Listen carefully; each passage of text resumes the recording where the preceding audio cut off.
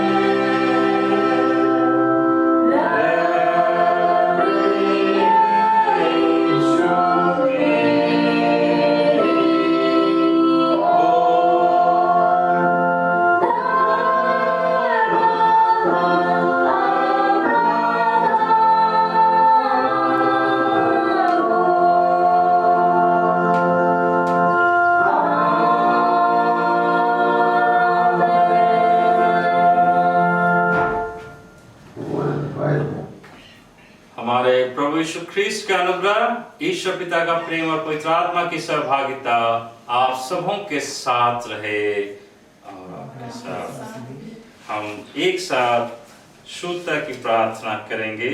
हे सर्वशक्तिमान परमेश्वर, तेरे सन्मुख सबके हृदय खुले हैं, सबके अभिलाषाओं को जानता है और तुझसे कोई भी भेद छिपा नहीं है। अपने पवित्र आत्मा की प्रेरणा से हमारे हृदय के विचारों को शुद्ध कर, ताकि हम तुझसे पूर्ण रूप से प्रेम करें और योग्य रीति से तेरे पवित्र नाम की स्तुति करें, हमारे प्रभु यीशु ख्रीस्त के द्वारा। आमीन।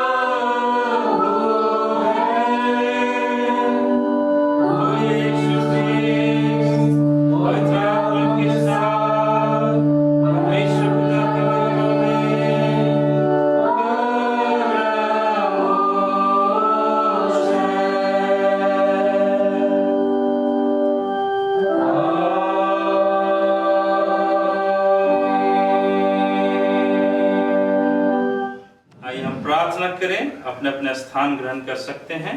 समय आज पेंटिकोस्ट के बाद 20वां प्रभुवार और त्रय का 19वां पवित्र आत्मा के अवतरण पर्व के पश्चात आज 20वां प्रभुवार हमारी योग्यता से कहीं अधिक परमेश्वर हमें देता है।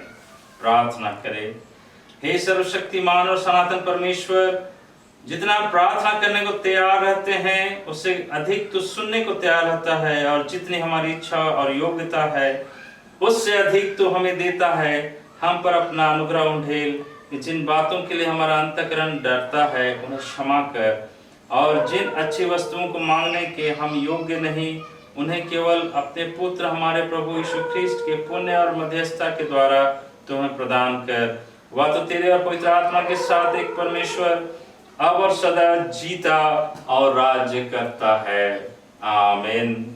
हम प्रार्थना करें कि सारे जगत में सुसमाचार फैल जाए। हे परमेश्वर, तूने सब जाति के मनुष्यों को एक ही लहू से सारी पृथ्वी पर वास करने के लिए उत्पन्न किया, और अपने धन्य पुत्र को इसलिए भेजा कि जो दूर है और जो निकट है दोनों का मेल का प्रचार करें। या वर्दे कि इस देश के सब लोग तुझे टटोल कर पाए। और हे स्वर्ग के पिता, इस प्रतिज्ञा को शीघ्र पूरा कर जो तूने की है कि मैं सारे मनुष्यों पर अपना आत्मा उंडेलूंगा, हमारे त्राता यीशु ख्रीस्त के द्वारा। आमीन। मंडली इस समय बैठ जाएंगे और पुराने नियम से पहला पाठ सुनेंगे।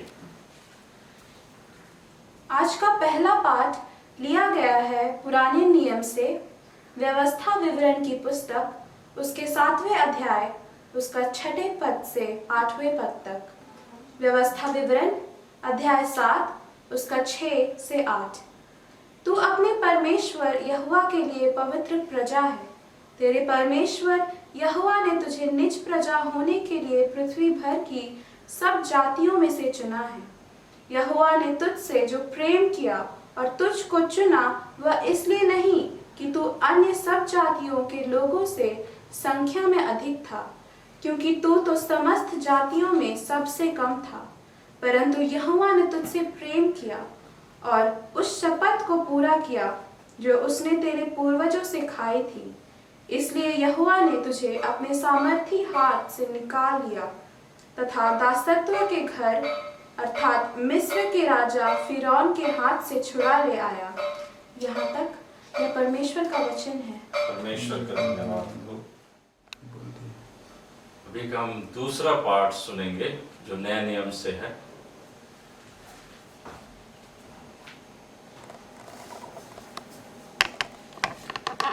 आज के लिए ठहराया गया दूसरा पाठ वचन है रोमियो के नाम पौलुस प्रेरित की पत्री, अध्याय 5, पद संख्या 6 से 11 पद तक। रोमियो अध्याय 5, पद संख्या 6 से 11।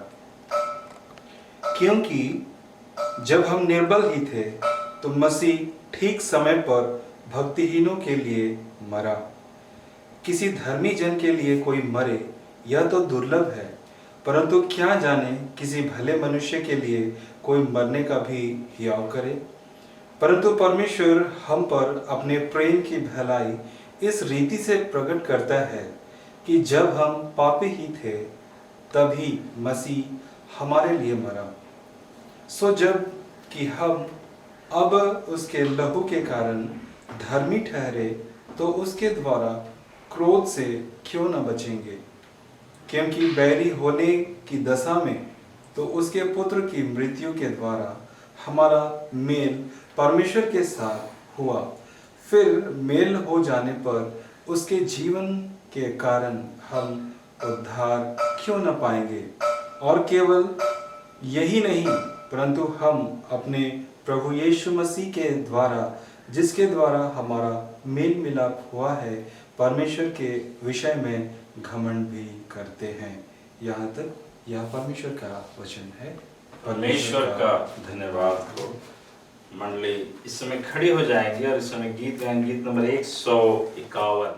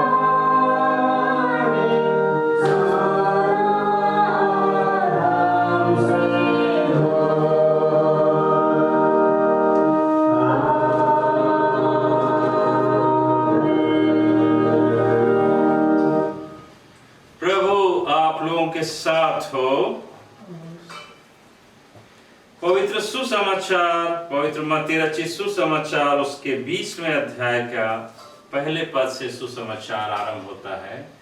हे ख्रिस्त यीशु तेरी महिमा हो। मत्ती रचित सुसमाचार उसके 20 अध्याय का 1 से लेकर 16 पद तक।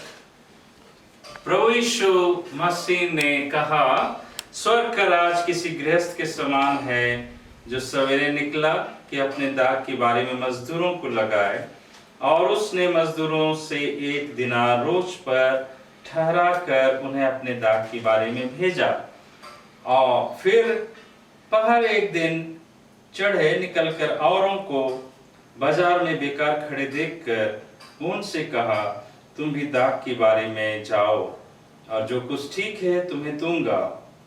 सो वे सभी गए। फिर उसने दूसरे और तीसरे पहर के निकट निकलकर वैसा ही किया, और 1 घंटा दिन रहे। फिर निकलकर औरों को खड़े पाया और उनसे कहा, तुम क्यों यहाँ दिन भर बेकार खड़े रहे?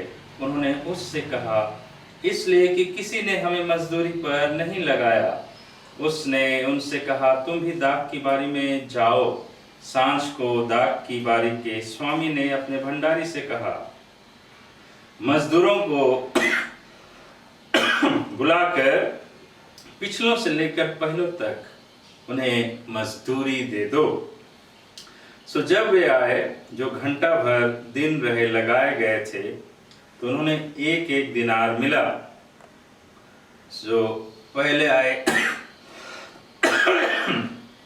उन्होंने यह समझा कि हमें अधिक मिलेगा, परंतु उन्हें भी 1 ही दिनार मिला। जब मिला तो वे गृहस्थ पर कुड़कुड़ा के कहने लगे कि इन पिछलों ने 1 ही घंटा काम किया और तूने उन्हें हमारे बराबर कर दिया। जिन्होंने दिन भर का भार उठाया और घाम सहा, उसने उनमें से एक को उत्तर दिया, हे मित्र, मैं तुझसे कुछ अन्याय नहीं करता। क्या तूने मुझसे 1 दिनार ना ठहराया? जो तेरा है उठा ले और चला जा। मेरी इच्छा यह है कि जितना तुझे उतना ही इस पिछले को भी दूं। क्या उचित नहीं कि मैं अपने माल से जो चाहूं सो करूं? क्या तू मेरे भले होने के कारण बुरी दृष्टि से देखता है? इसी रीति से जो पिछले हैं वे पहले होंगे और जो पहले हैं वे पिछले होंगे। यह प्रभु यीशु मसीह का सुसमाचार है। हे प्रभु यीशु तेरी स्तुति हो। मंडली कृपया बैठ जाएं।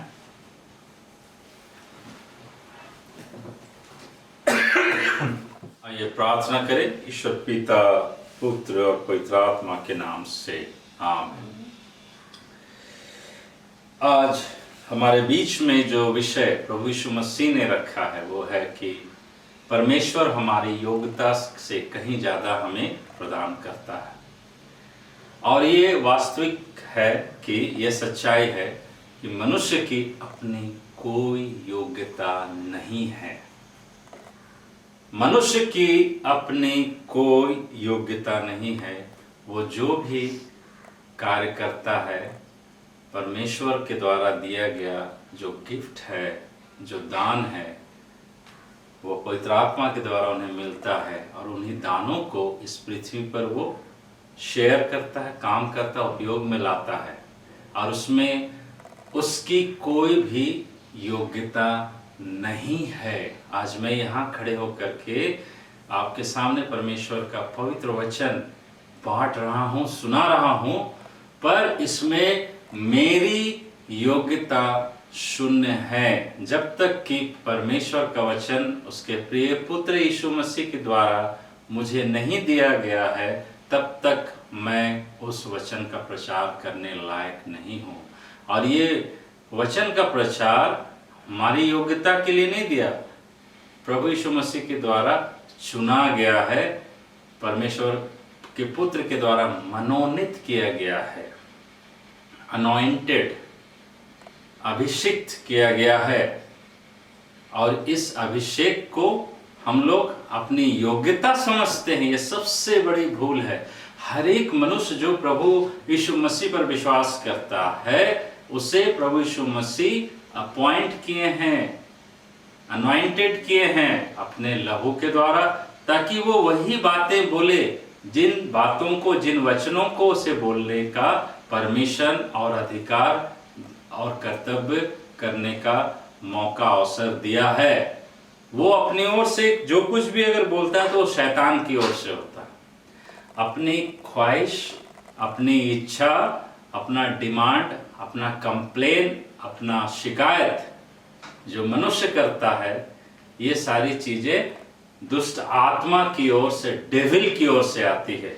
लेकिन जो प्रभु यीशु मसीह की सेवा में अपना कार्य करता है वो प्रभु यीशु मसीह के द्वारा पवित्र आत्मा के अधीनस्थ होकर के काम करता है। इस बात को ख्रिस्त में प्रियो आप समझ लीजिए। और आज सिर्फ मैं सुसमाचार से आप लोगों को परमेश्वर का वचन प्रभु यीशु ख्रिस्त के मुख से जो निकला उसे बांटना चाहूंगा कि दाग की बारी लगाई है, और दाग की बारी जो है स्वर्ग के राज में लगाई गई है, इस पृथ्वी में नहीं लगाई गई है। आप लोग सभी समझ ले कि पृथ्वी में दाग की बारी नहीं लगती है।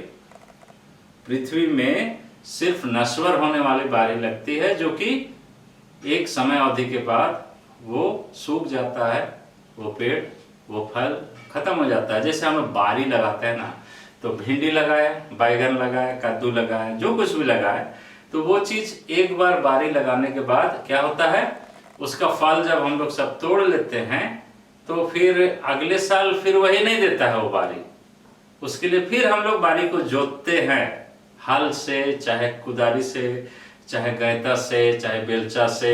हम लोग क्या करते हैं, मट्टी को, अंदर का मट्टी को बाहर और बाहर का मट्टी को अंदर करते हैं, तब उसे फिर समतल जैसा बनाते हैं और तब उसमें बीज बोते हैं, तब वो बारी लगती है, तब उससे हम सब्जी फल पाते हैं। लेकिन स्वर्ग में जो दाग की बारी है वो बस एक ही बार लग गया, और उस बारी में काम करने के लिए हम लोगों को अभिषेक दिया जाता है, अनॉइंटेड किया जाता है सब उनको। तो स्वर्ग का राज्य के लिए दाग की बारी लगाई एक गृहस्थ ने, एक राजा ने, एक किसान ने, और उसने क्या किया, मजदूरों को लगाया। और मजदूर से क्या बातें की, क्या साझा हुआ, एग्रीमेंट हुआ कि 1 रुपया या 1 तोड़ा।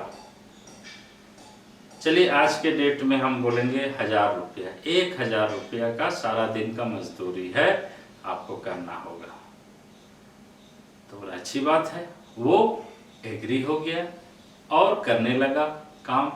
सुबह 9 बजे से फिर 12 बजे गया तो देखा कि इन सारे मजदूरों को से आज का काम खत्म नहीं होगा, तो और मजदूर मुझे लाना है। तो फिर वो स्वामी, वो गृहस्थ जाकर के बाजार से और मजदूर ले आता। फिर देखा कि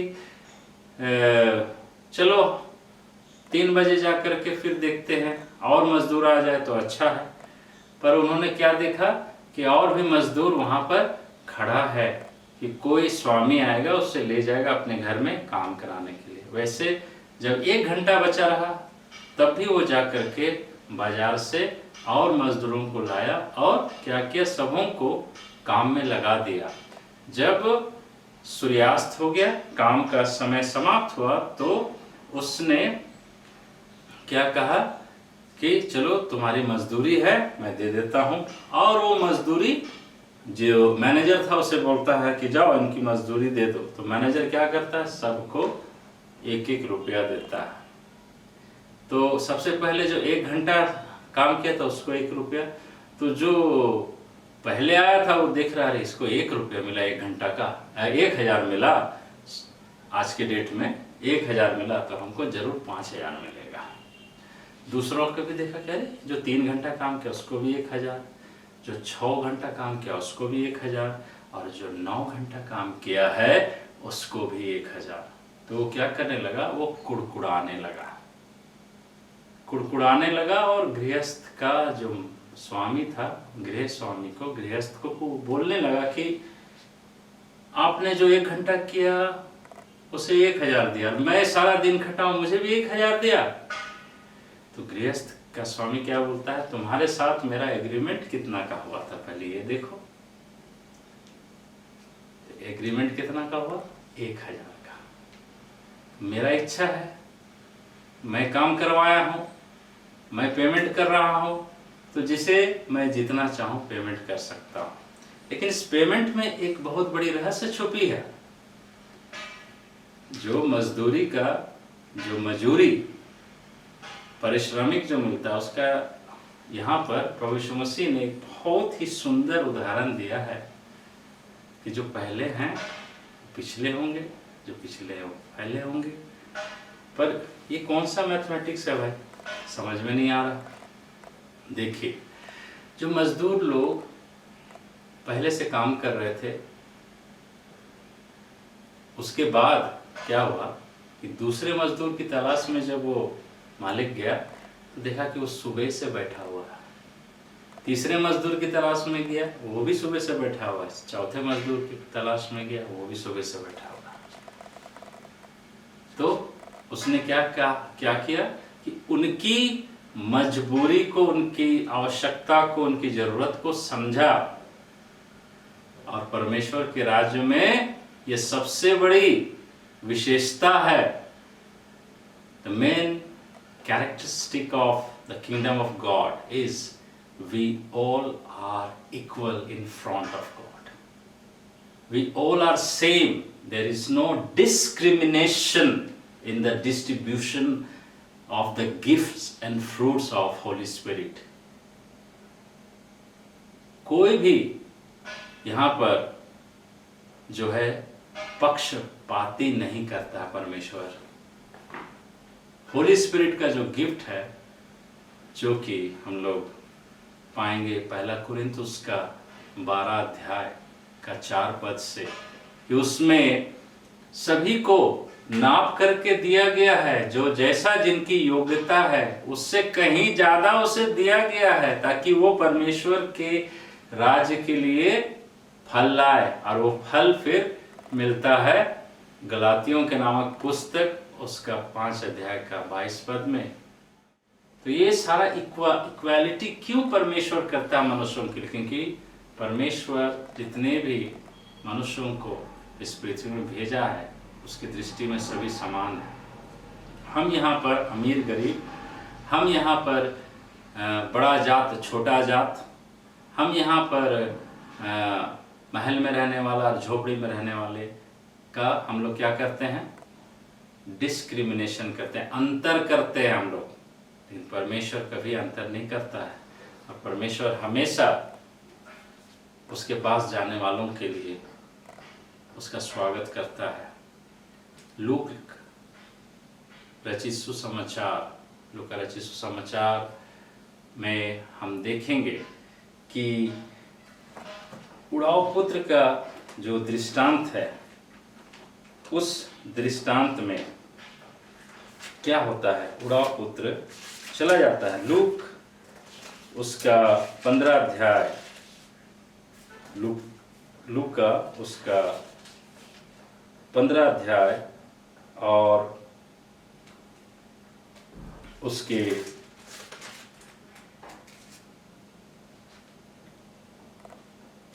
11वें पद से हम उड़ाऊ पुत्र का जो है दृष्टांत सुनते हैं। वो अंतिम समय में अपने बाप के पास आया था, अपने पिता के पास में सब कुछ लुटा दिया, सब कुछ बर्बाद कर दिया और आया। तब भी उसका पिता उससे क्या किया था, गले से लगाया, चूमा और क्या किया, उसके हाथ में अंगूठी दिया और उसे अच्छा वस्त्र पहनाया और उसके लिए एक भोज का आयोजन किया। वैसे ही हमारा परमेश्वर आसरा देख रहा है, हमारा प्रभु यीशु मसीह आसरा देख रहा है कि इस पृथ्वी में बहुत सारे लोग हैं जो क्या है, वापस आना चाहते हैं, वापस आना चाहते हैं, कलीसिया में वापस आना चाहते हैं, कलीसिया में एक होना चाहते हैं। लेकिन कोई तो है दुष्ट आत्मा जो उसे रोक रहा है अलग होने के लिए। वो अलग होता है। और वो क्यों अलग होता है? क्योंकि दुष्ट आत्मा को वो आमंत्रित किया है, अपने घर में घुसा के रखा हुआ है दुष्ट आत्मा को। और दुष्ट आत्मा का काम क्या है कि वो परमेश्वर से सदैव आपको अलग रखेगा, समीप नहीं जाने देगा। वैसे ही लूका रचित सुसमाचार उसका 23 अध्याय का 42 पद में देखेंगे, उसमें एक मन फिराने वाले डाकू के विषय में प्रभु यीशु मसीह के सामने उसका जो छवि है, उसका जो चित्र का छायांकन हम लोग देखेंगे। वो पिक्चराइजेशन जो होता है वो एक सच्ची घटना जो प्रभु यीशु मसीह के क्रूस पर घटती है, जहाँ पर वो मृत्यु को बुला रहा है, मृत्यु को ले रहा है, मृत्यु के पास जा रहा है। कौन? प्रभु यीशु मसीह नहीं जा रहा मृत्यु के पास, वो डाकू जा रहा है। और उस वक्त उसका जीवन का कुछ सांसें बची हुई थी, जीवन की कुछ सांसें बची हुई थी। उस वक्त वो क्या करता है, बोलता है कि हे प्रभु, तू जब अपने राज्य में आएगा तो मेरी सुध ही लेना। और वो अंतिम समय में प्रभु यीशु मसीह क्या कहता है, आज ही तू मेरे साथ स्वर्ग के लोक में होगा, परम देश में होगा, पैराडाइज में होगा। क्योंकि कुछ क्षण बाद उसकी मृत्यु हो जाएगी, लेकिन उसी समय वो भी, उसको भी 1000 मजदूरी मिलती है अंतिम समय में भी। क्योंकि परमेश्वर नहीं चाहता है कि कोई भी उसका संतान नष्ट हो। आज हमारे इस कलीसिया में, हमारे ख्रिस्टी कलीसिया में प्रभु यीशु मसीह अपनी बाहें फैला करके बुला रहा है हम सबों को कि वापस आने के लिए। क्योंकि हमारी योग्यता नहीं है कि हम परमेश्वर के समान हो सके, परमेश्वर के तुल्य हो सके। क्योंकि हम परमेश्वर के हाथ की भेड़े हैं, उसके चारागाह की भेड़े हैं। वो हमें भेजा है, वो बनाया हमें, और हम उसके साथ कंपटीशन नहीं कर सकते हैं। हमारी कोई योग्यता नहीं है, परंतु परमेश्वर हमें हमारी योग्यता से ज़्यादा देता है और हमें मौका और अवसर देता है। आज हमारी कलीसिया में ये अवसर है कि हम एकता में आकर के प्रभु यीशु मसीह की सेवा में उपस्थित हो सके और उस मन फिराने वाले डाकू, उस उड़ाऊ पुत्र और उन सबों के समान जो प्रभु यीशु मसीह को वापस ग्रहण करना चाहते हैं, अपनी योग्यता के अनुसार नहीं, वरन पश्चाताप, विश्वास, आशा और अनुग्रह के साथ। आइए हम प्रार्थना करें। सर्वशक्तिमान ईश्वर पिता, पुत्र, पवित्र आत्मा के नाम से आमीन। परमेश्वर आप सबों को इस पवित्र वचन के द्वारा बहुतायत से आशीष प्रदान करें। आमीन। और निकिया का विश्वास वचन एक साथ अंगीकार करेंगे।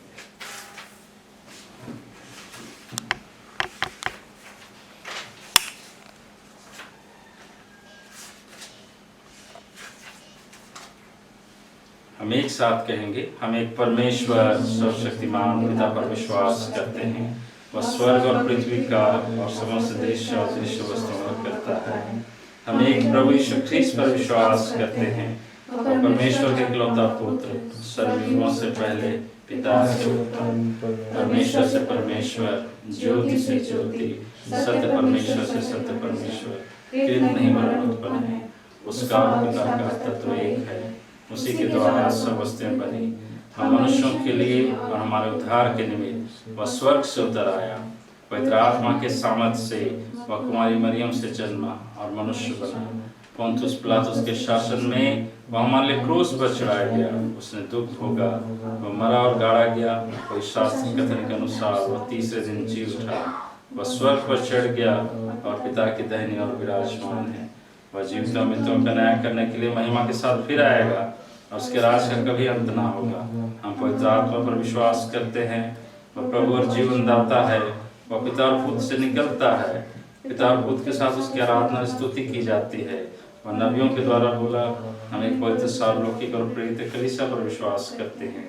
हम पापों की क्षमा के लिए बपतिस्मे को मानते हैं। हम मृतों के पुनरुत्थान की और आने वाले युग के जीवन की प्रतीक्षा करते हैं। आमीन। मंडली कृपया बैठ जाएं।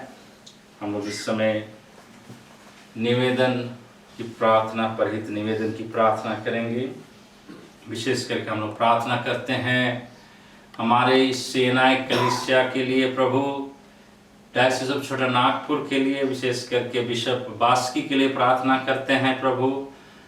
उनके मन को परिवर्तन तूने कर रहा है प्रभु, उनके मन के अंदर में प्रभु अपने इस कलीसिया के प्रति, विशेष करके सभी पादरियों के साथ मिल करके अपने उत्तर भारत की कलीसिया के प्रति जो डेडिकेशन है, जो भावनाएं हैं प्रभु, जो उन्होंने बिशप के पद पर रहते हुए कार्य किए हैं, आने वाले समय में प्रभु अपने कार्यों को, अपने सेवाओं को प्रभु विशेष करके सेनाएं के समक्ष अपना काम समर्पित कर सके प्रभु।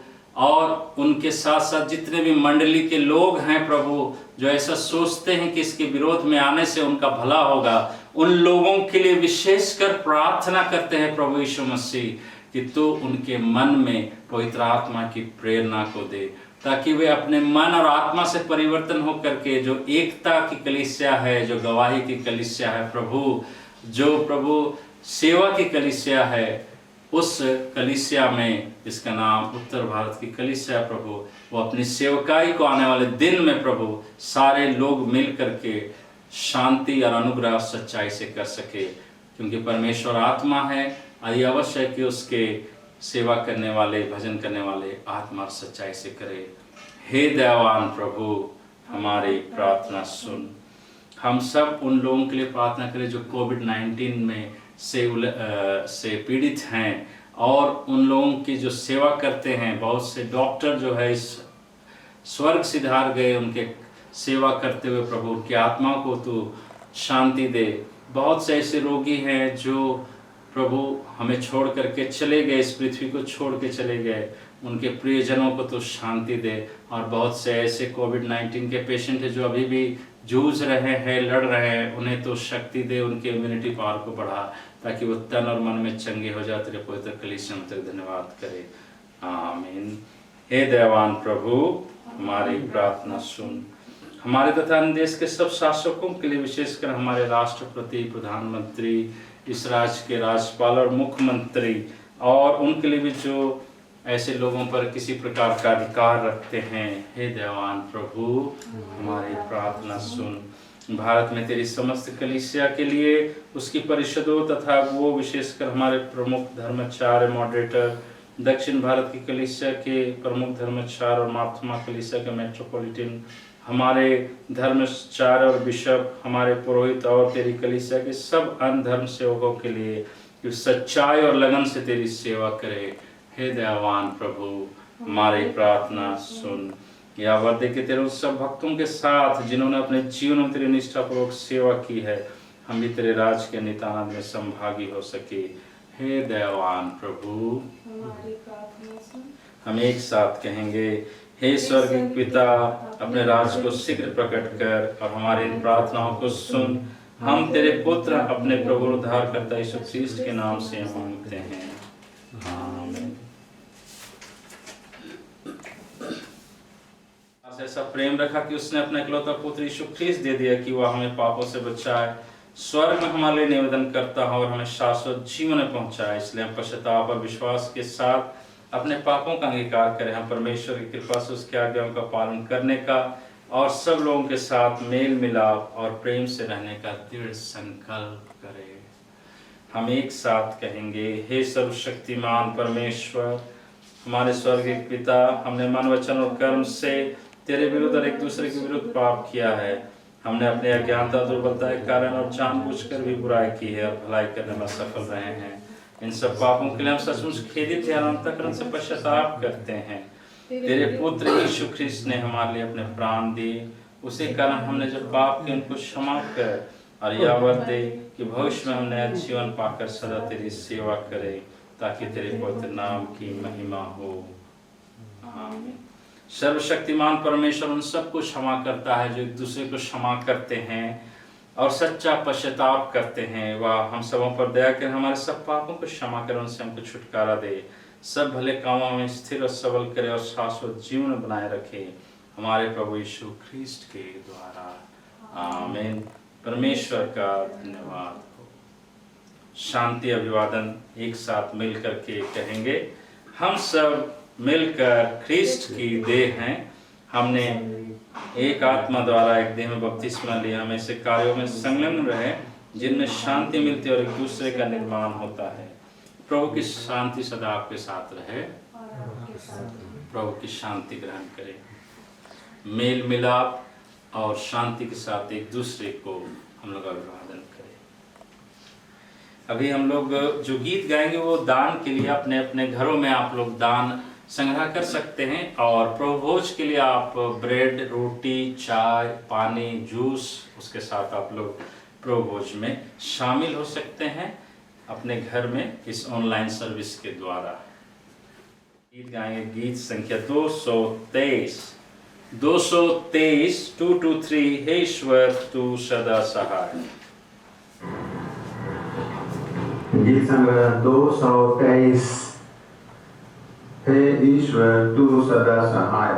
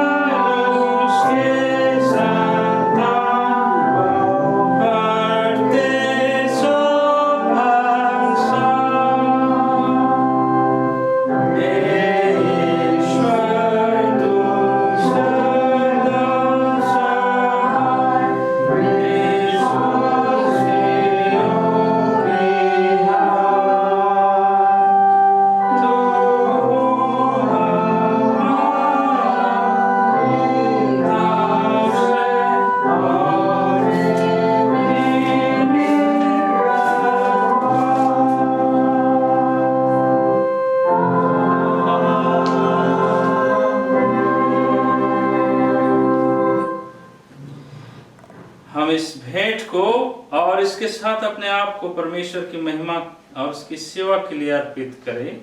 एक साथ कहेंगे, सर्वशक्तिमान परमेश्वर, जगत के सृष्टिकर्ता, सब वस्तुएं तुझसे ही प्राप्त होती है और तेरी संपत्ति में हम तुझको भेंट चढ़ाते हैं।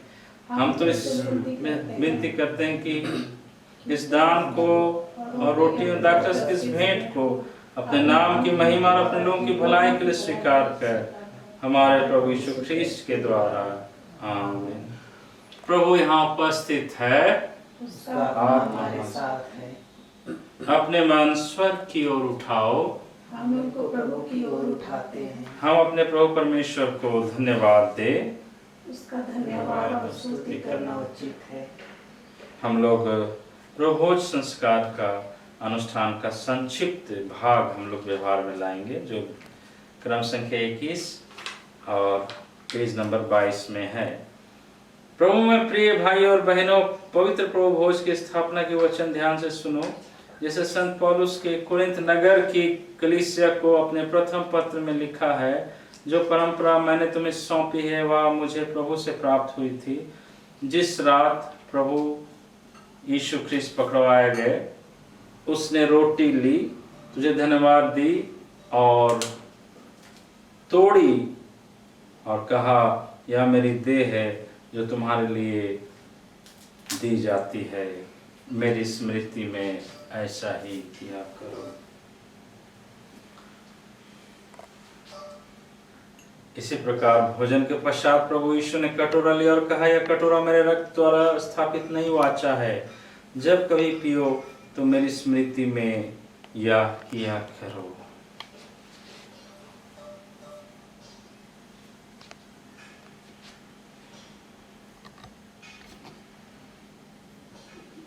अतः जब कभी तुम इस रोटी को खाते हो और इस कटोरे में से पीते हो, तब प्रभु के आने तक उसकी मृत्यु की घोषणा करते हो। हम प्रभु की प्रार्थना एक साथ कहेंगे। हे हमारे पिता, तू जो स्वर्ग में है, तेरा नाम पवित्र माना जाए, तेरा राज आए, तेरी इच्छा जैसे स्वर्ग में पूर्ण होती है वैसे पृथ्वी पर भी हो। हमारे दिन भर की रोटी आज हमें दे, हमारे अपराधों को क्षमा कर जैसे हमने अपने अपराधियों को क्षमा किया है, और परीक्षा में न डाल परंतु बुराई से बचा, क्योंकि राज, पराक्रम और महिमा अब सर्वदा तेरी है। आमीन। आइए हम सब मिलकर के दीन प्रवेश की प्रार्थना एक साथ कहेंगे। हे दयामय प्रभु, हम अपनी धार्मिकता पर नहीं परंतु तेरी और बड़ी गुस्सा करके तेरी इस मेज के पास आने का साहस करते हैं। हम तो इस योग भी नहीं कि जो चूपचाप तेरी मेज पर से गिरते हैं चुने, पर तो वही प्रभु है जिसका स्वभाव सदा दया करना है। इसलिए हे कृपालु प्रभु, हमको यह वक्त दे, तेरे प्रिय पुत्र प्रभु यीशु ख्रिस्त के मांस को ऐसे खाएं और उसका रक्त ऐसे पिए कि हमारे देह और आत्मा जो पाप से अशुद्ध है उसके अमूल देह और रक्त से शुद्ध हो जाए, और हम उसमें और वह हमें सदा सर्वदा रहे। आमीन।